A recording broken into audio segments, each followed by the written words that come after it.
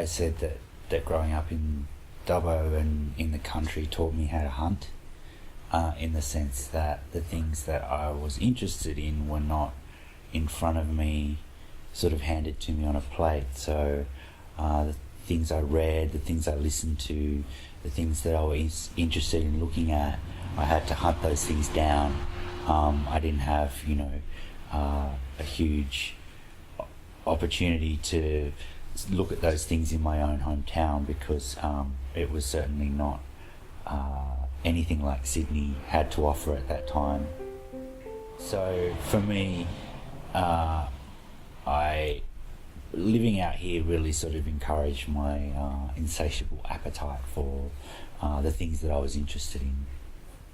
And when I was a young kid growing up, we were right on the edge of town, so we were surrounded by paddock.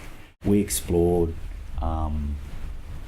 that landscape quite a bit growing up, because it was there, and that was our way of sort of exploring the world around us. That's sort of really weird to be able to say that, back in my day, it was just the edge of town. It wasn't sort of, this sort of bustling area with this big shopping centre.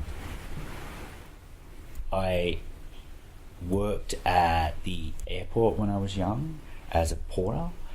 So I would take the bags off the plane and load the bags onto the plane. And I really was a music head, totally loved music, was really into anything I could get my hands on. And invariably the things that I liked, I had to order in. They were never just in the shop. So I was constantly ordering records, but I was also working at the airport and unloading boxes of records that were going to the record shop in town, kind of wondering if inside those boxes was the ones that I had ordered. And I always thought, wow, I'd love to open these boxes up and see what's inside. And then many years later, when I was living in Sydney, I found myself working for a record shop and got a job as the person unwrapping those boxes, opening all those boxes. And that was really cool. So that was a really crazy sort of thing that I never planned, but just sort of happened. So I sort of ended up being the person that undid those boxes. And then later worked for a record company, so I was sort of the one that was ordering the people to put the stuff in the boxes that was then going on the plane and being sent to kids all over the country who were getting into stuff that wasn't right there in front of them. Growing up in Dubbo was really fun and really adventurous, but it was also really limited because of the reason of, not having the sort of things that I was interested in. So, it was invariable that that I would want to leave, that Dubbo would sort of have run out of its excitement for me. And so, a big part about moving to the city is becoming anonymous and not being known, and you get to sort of be able to create your identity, I suppose. And the city also meant studies, so it was art school and it was work and it was real life. I never really sort of thought I'd ever come back to Dubbo, to be honest, because you sort of grow up and have a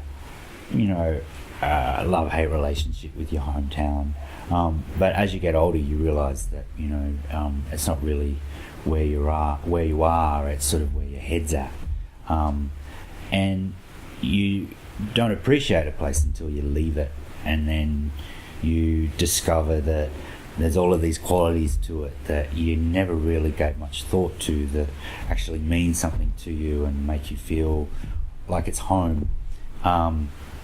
So, when I found myself back in Dubbo, it actually opened up this whole new opportunity for me, particularly after having sort of studied and never did anything with it, and worked in an industry that was sort of still within the same realm but kind of different.